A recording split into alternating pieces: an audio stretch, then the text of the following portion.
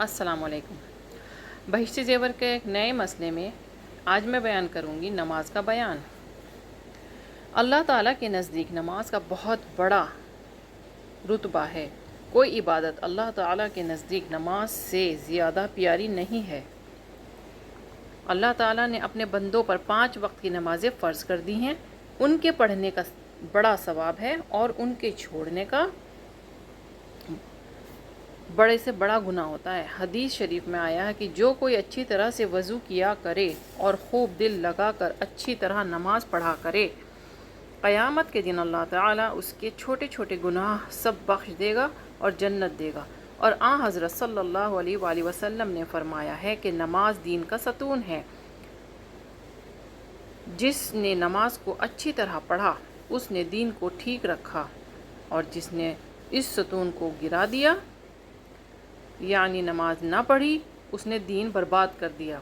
اور حضرت نے فرمایا ہے کہ قیامت میں سب سے پہلے نمازی کی پوچھ ہوگی، اور نمازیوں کے ہاتھ اور پاؤں اور منہ قیامت میں آفتاب کی طرح چمکتے ہوں گے، اور بے نمازی اس دولت سے محروم ہوں گے۔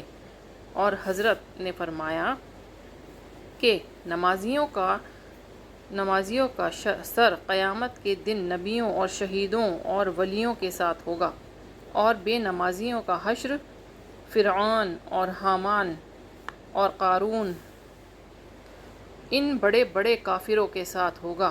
اس لیے نماز پڑھنا بہت ضروری ہے، اور نہ پڑھنے سے دین اور دنیا دونوں کا بہت نقصان ہوتا ہے۔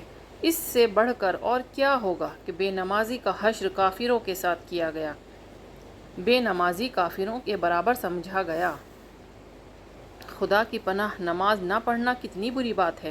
البتہ ان لوگوں پر نماز واجب نہیں، مجنون اور چھوٹی لڑکی اور لڑکا جو ابھی جوان نہ ہوئے ہوں، باقی سب مسلمانوں پر فرض ہے۔ لیکن اولاد جب 7 برس کی ہو جائے تو ماں باپ کو حکم ہے کہ ان سے نماز پڑھوائیں، اور جب 10 برس کا ہو جائے تو مار کر پڑھوائیں۔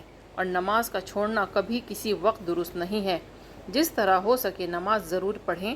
البتہ اگر نماز پڑھنا بھول گئی بالکل، یا یاد ہی نہ رہا، جب وقت جاتا رہا تب یاد آیا کہ میں نے نماز نہیں پڑھی، یا ایسی غافل ہو گئی کہ آنکھ نہ کھلی اور نماز قضا ہو گئی، تو ایسے وقت میں گناہ نہ ہوگا۔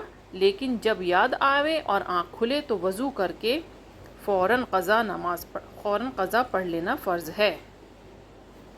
البتہ اگر وہ وقت کے مکروہ ہو تو ذرا ٹھہر جائے تاکہ مکروہ وقت نکل جائے۔ اسی طرح جو نمازیں بے ہوشی کی وجہ سے نہیں پڑھیں اس میں بھی گناہ نہیں، لیکن ہوش آنے کے بعد فوراً قضا پڑھنی پڑے گی۔